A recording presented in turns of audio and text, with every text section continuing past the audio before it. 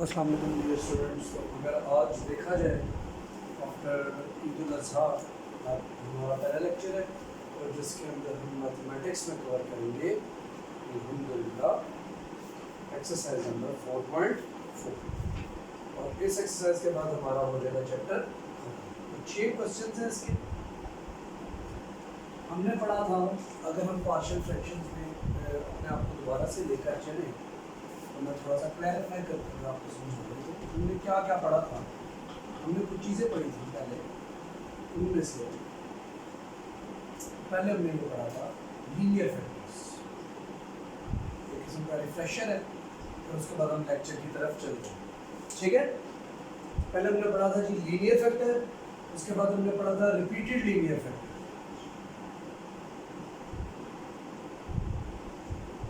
ठीक है। उसके बाद हमने पढ़ लिया था क्वाड्रेटिक फैक्टर, और आज हम जो पढ़ने जा रहे हैं that is repeated quadratic factor.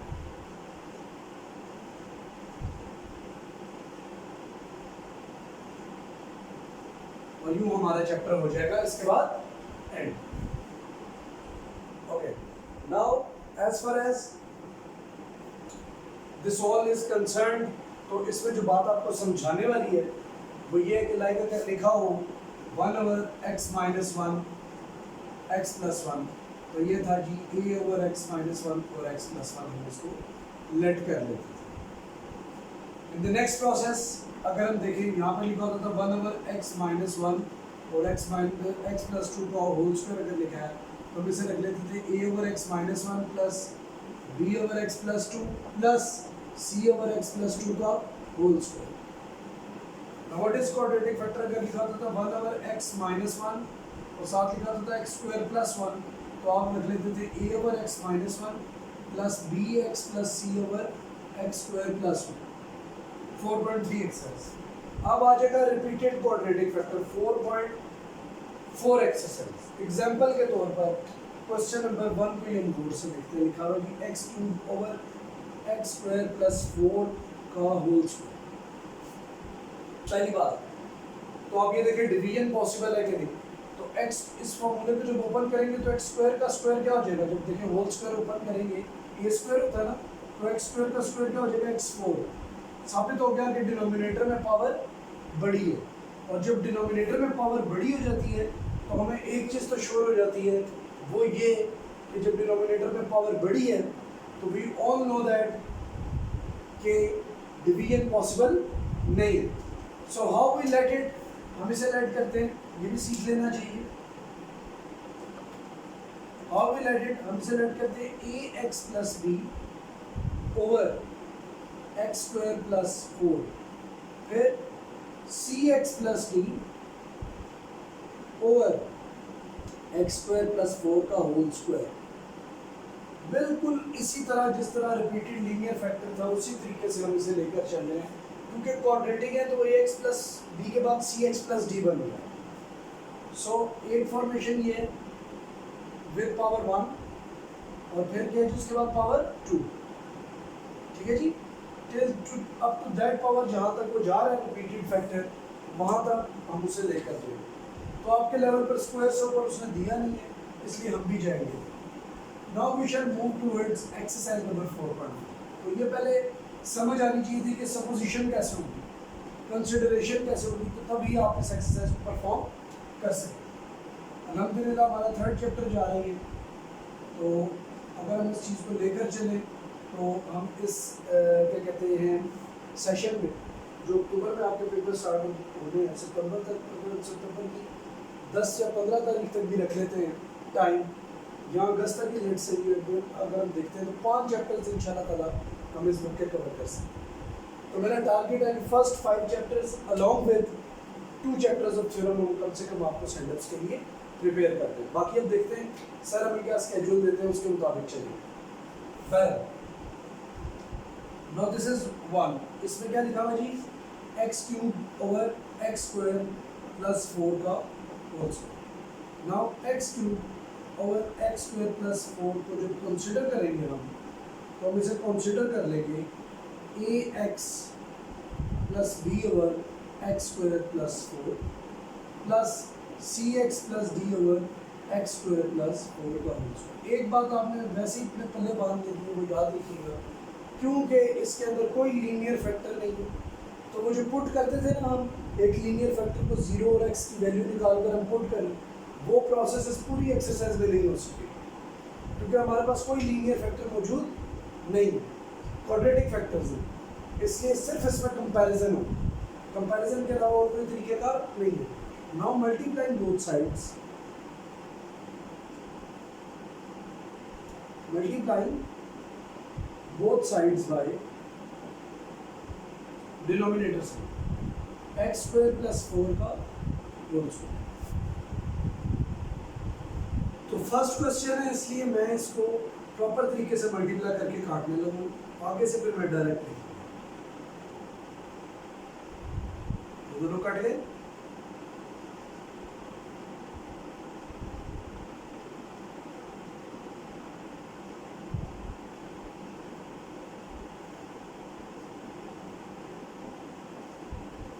तो ये इसकी पावर को काटेगा,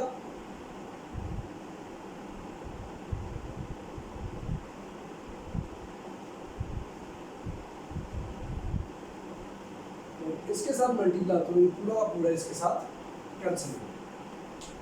Now what we left with x cube over, इधर एक स्टेप लिख देंगे, x square plus 4 का whole square equals to ax plus b into x square plus 4 plus cx plus d as it is। अभी ये complete नहीं है, sorry इस तरफ भी नीचे डिवाइजर नहीं आएगा, ये भी रिमूव हो चुका है, ये भी आपस में जा चुके हैं। Next part x cube is equals to होगा ax into x square plus 4 plus b into x square plus 4 plus cx plus a। हमारे पास अगर लीनियर फैक्टर होता तो हम इसे 1 लेफ्ट करते हैं, क्योंकि कोई लीनियर फैक्टर नहीं है, इसे मजीद अभी हम आगे मल्टीप्लाई करते हैं। ये अंदर आ जाएगा कि x cube plus 4x plus b x square plus 4 plus cx plus a। अब हम मैक्सिमम मल्टीप्लिकेशन की तरफ चलेंगे और इसे हम ले लेंगे इक्वेशन नंबर 2। इक्वेशन नंबर क्या ले लेंगे जी? 2। मैं इसे मिटाने लगा हूँ, हम इसका कंपैरिजन स्टार्ट करेंगे। क्या स्टार्ट करने लगे हैं जी? Comparison. Alright, now comparing coefficients of x cube on both sides। इधर आ गया 1, इधर क्या आएगा a, और कोई टर्म नहीं।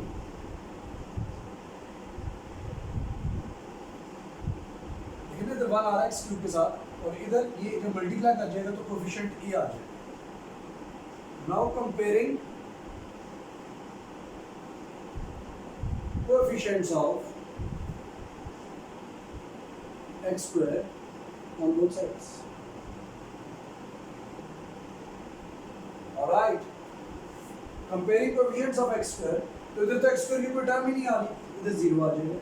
इधर x square की टर्म आ रही है, बिल्कुल आ रही है, b आ रही है, b की वैल्यू आ गई। अच्छा, इस जगह पे कर लेते हैं, x को कर लेंगे comparing coefficients of x on both sides। अच्छा, मेरा एक स्टूडेंट हुआ करता था, टाइम उसने मुझसे सवाल किया, सर हमने x4 को क्यों नहीं कंपेयर किया? तो बेटा x4 अवेलेबल नहीं है, जो अवेलेबल है उधर से स्टार्ट करें, ठीक है? तो ये कॉमन क्वेश्चन है, बच्चों के जहन में आ जाता है, मैंने आपको बता दूँ। अब इस तरफ क्या करेगा 0, अब 4a प्लस देखें x के साथ 4a बन जाएगी, इधर कोई टर्म नहीं आ रही, यहाँ पर आ रही है plus. Now what is a? A is 1. So for that reason c becomes -4 or c is equals to -4। ये भी एक वैल्यू हमारे पास है, ठीक है? अब पहला कंपैरिजन में मिटाने लगा।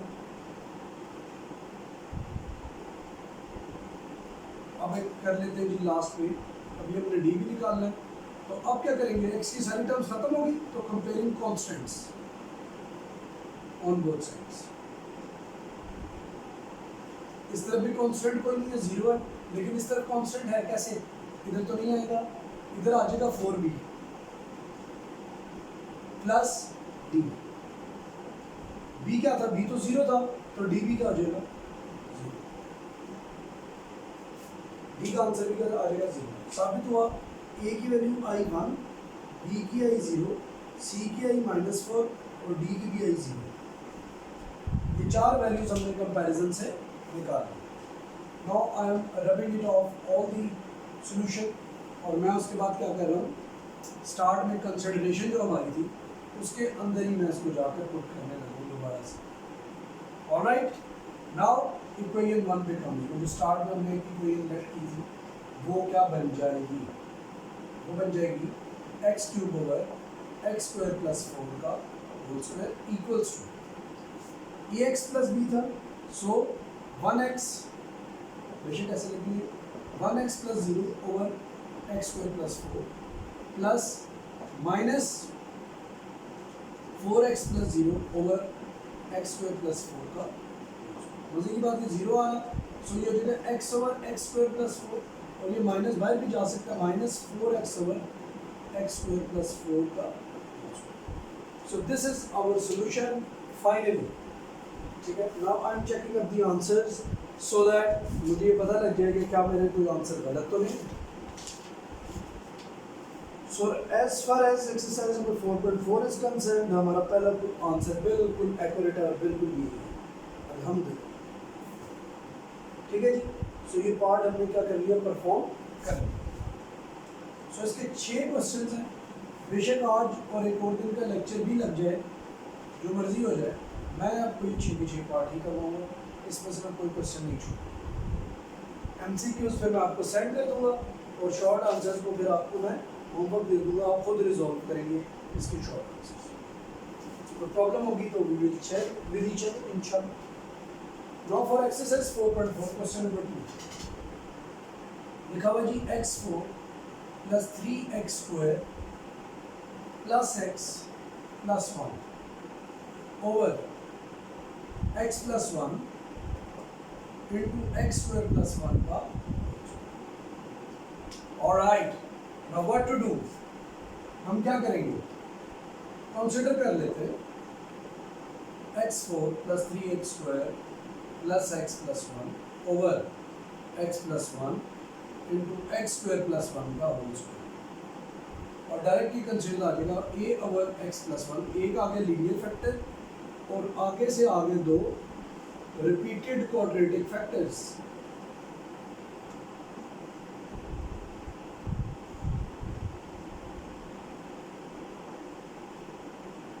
आगे बात समझ, ये लीनियर फैक्टर आ गया, और मजे की बात डिवीजन क्यों पॉसिबल नहीं है उसकी वजह देखिए, नीचे अगर आप इसका स्क्वायर ओपन करें तो ये हो जाएगा x4 + 2x² + 1। एक बात बता, अब हाईएस्ट टर्म जो निकलेगी पहले को पहले से मल्टीप्लाई करें तो x5 निकलेगी, डिनोमिनेटर में x की पावर बढ़ी है, डिवीजन पॉसिबल नहीं, इसलिए मैंने डायरेक्ट क्या कर दिया, कंसीडर कर, क्योंकि ऊपर x4 आ रहा है नीचे x आ रहा है, डिवीजन पॉसिबल नहीं। Now as far as multiplication is concern, हम दोनों साइड पर लेफ्ट के डिनोमिनेटर से मल्टीप्लाई करते हैं, multiply both sides by both side means left side और right side, x + 1 into x² + 1 का होल स्क्वायर। ऑलराइट, अब डायरेक्ट लिखूंगा मैं कि काटने से क्या होगा, काटने से ये होगा कि इधर बच जाएगा सिर्फ डायरेक्ट, इधर क्या बच जाएगा, इधर आ जाएगा x² + 1 का होल स्क्वायर, क्योंकि x + 1 कट जाएगा, इधर क्या होगा bx + c के साथ। इंटरेस्टिंग बात, x + 1 भी बच जाएगा और x² + 1 भी एक बच जाएगा, 2 टर्म्स, और इधर क्या होगा dx + e के साथ सिर्फ बच जाएगा x + 1। तो लीनियर एक फैक्टर आ गया, बिल्कुल आ गया। सो लीनियर जब एक फैक्टर आ जाए तो हमें एक बात तो श्योर है ना कि हम एक लीनियर फैक्टर को 0 के इक्वल इक्वेट करके आंसर निकाल सकते हैं। लेट्स ये क्वेश्चन ही इसे लंबा हो जाए यकीनन। अब अब हम इसको B X into X plus one into X square plus one कर लेते हैं plus C into X plus one X square plus one. जैसे देखिए बी एक्स भी इस पूरे के साथ मल्टीप्लाई हो गया और सी भी फिर इसके साथ मल्टीप्लाई। फर्दर क्या आ जाएगा D x into X plus one plus E into X plus one. इस पूरे को आप वन कंसीडर करें क्योंकि इसके अंदर अब हम x की वैल्यू वन पुट कर सकते हैं, लेकिन थोड़ी सी फैक्टराइजेशन हमें करनी पड़ेगी इसलिए क्योंकि यहाँ पर अभी हमें बाद में कंपैरिजन भी करना है, सो वी नीड फैक्टराइजेशन।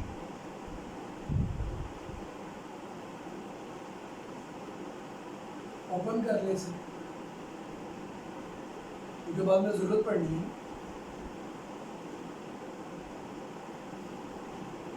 इनको भी मल्टीप्लाई कर लेंगे, बन जाएगा x cube plus X square plus one और ये भी हो जाएगा सी इंटू ये होगा x cube plus X square plus one. Descending order में बाद में लिखेंगे, मल्टीप्लाई कर देते हैं हो जाएगा D into X square plus x और ई इंटू हो जाएगा x plus one.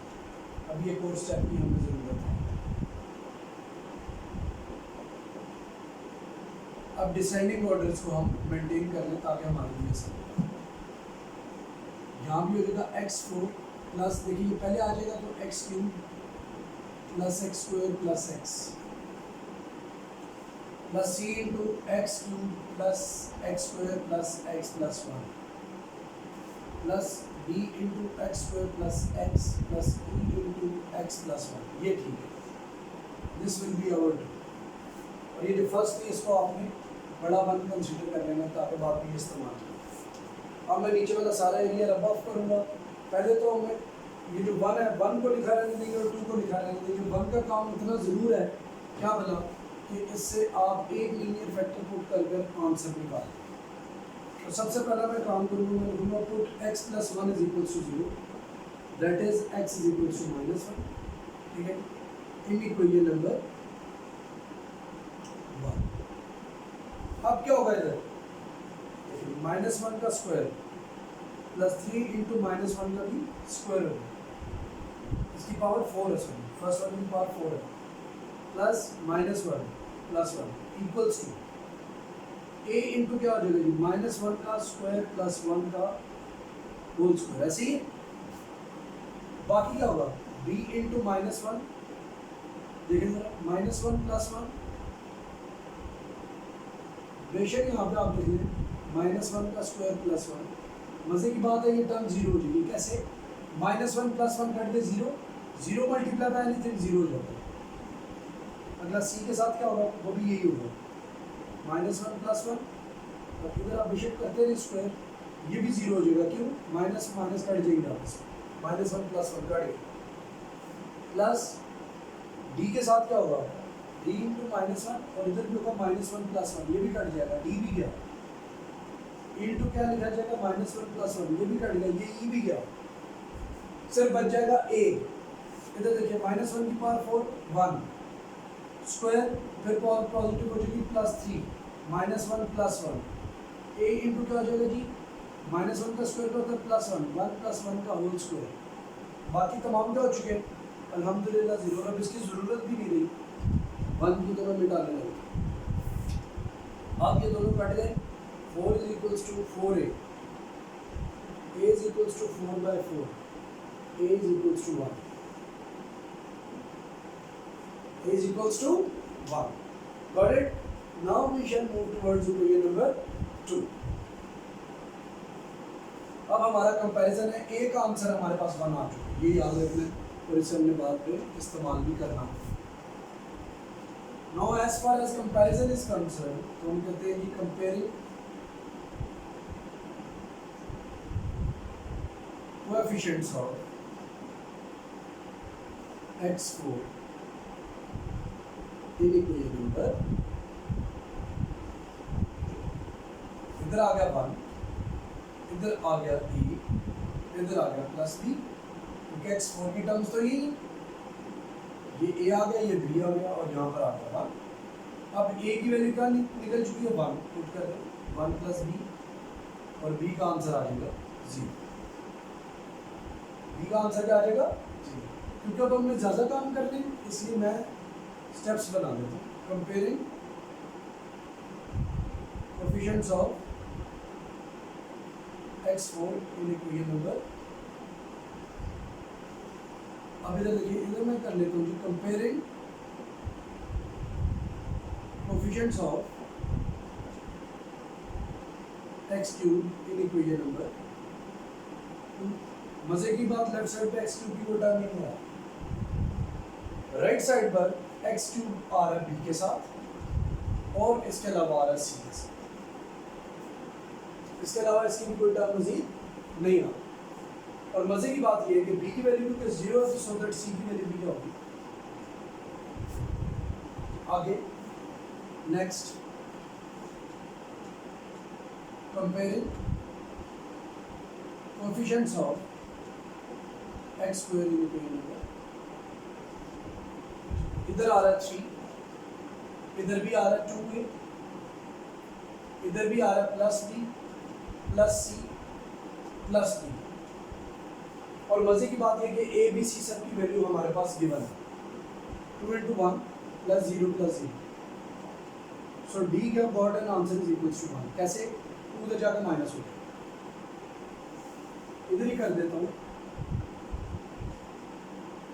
Comparing constants. मैंने x को नहीं किया, ठीक है, आसानी तलाश की, क्योंकि कांस्टेंट है ना, इजी होता है।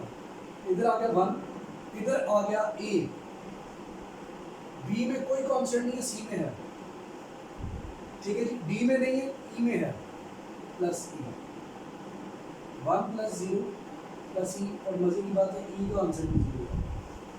कैसे?